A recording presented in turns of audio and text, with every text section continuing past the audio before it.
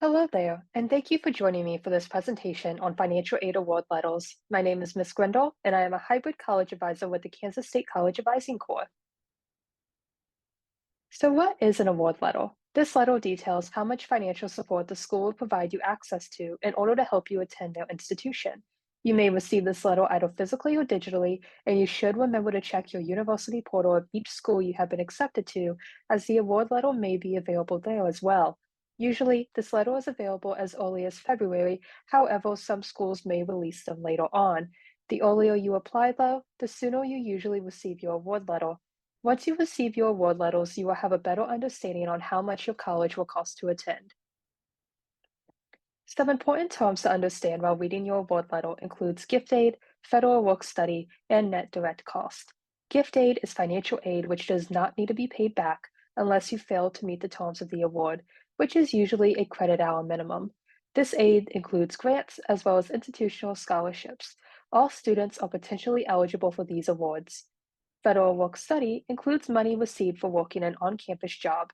You would be paid hourly in this position and cannot earn more in that job than what is listed on your financial aid award letter. If you are interested in working a federal work study position, make sure that you notate your interest on your FAFSA application and keep an eye out for positions which are open on campus. Lastly, net direct costs includes the expenses that the student or family owes directly to the college for tuition, fees, and housing after all gift aid has been subtracted from the bill. This amount must be paid by either loans, work study, or personal savings.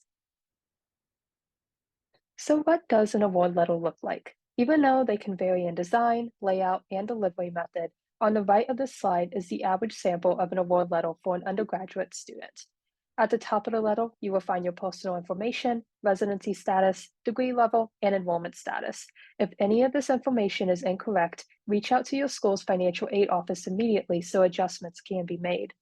Under the section labeled as terms, you will find the estimated cost to attend a university. This is not a final bill, as the amounts listed may be lesser or greater than the true cost to attend for you. Tuition and fees, as well as housing and food if living on campus, are billed directly by the school. Other costs, meanwhile, which include textbooks, supplies, and other personal expenses, are not included in your student bill as they are not billed directly by the school. Next, the financial aid offer sections where you will find the types of aid being offered to you by the school.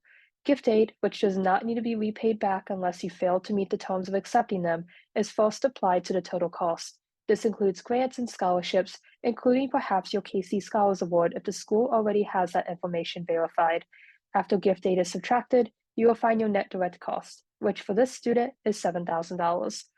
Next up, federal work study is listed, which is money you can earn by working an on-campus job.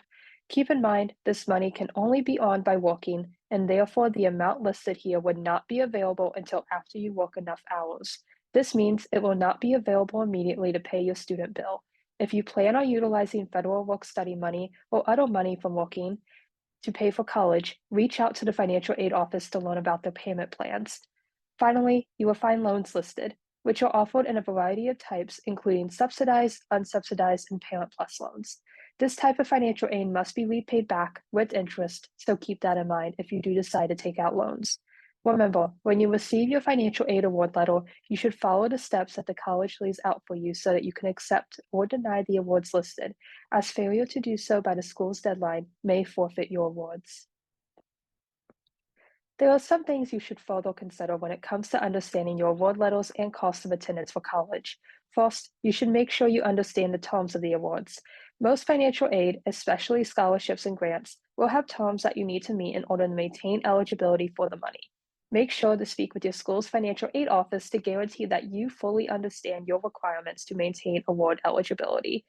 Next, you must understand that your full financial need may not be met by every school. Just because a college offers you financial aid does not mean that it's still the most affordable decision to attend that specific school.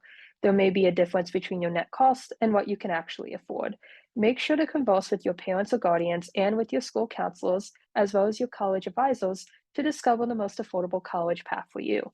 Finally, you should make sure to compare your award letters. This will allow you to make the most sensible decision for your post secondary path. Even though one school may offer you larger scholarships, they still might not be the most affordable option due to higher tuition and fees or other costs of attendance, such as on campus housing. Thank you for listening to this presentation. If you have any questions or would like to help understanding your individual award levels, feel free to message your college advisor and or your college's financial aid office so that we can best help you. Have a wonderful day.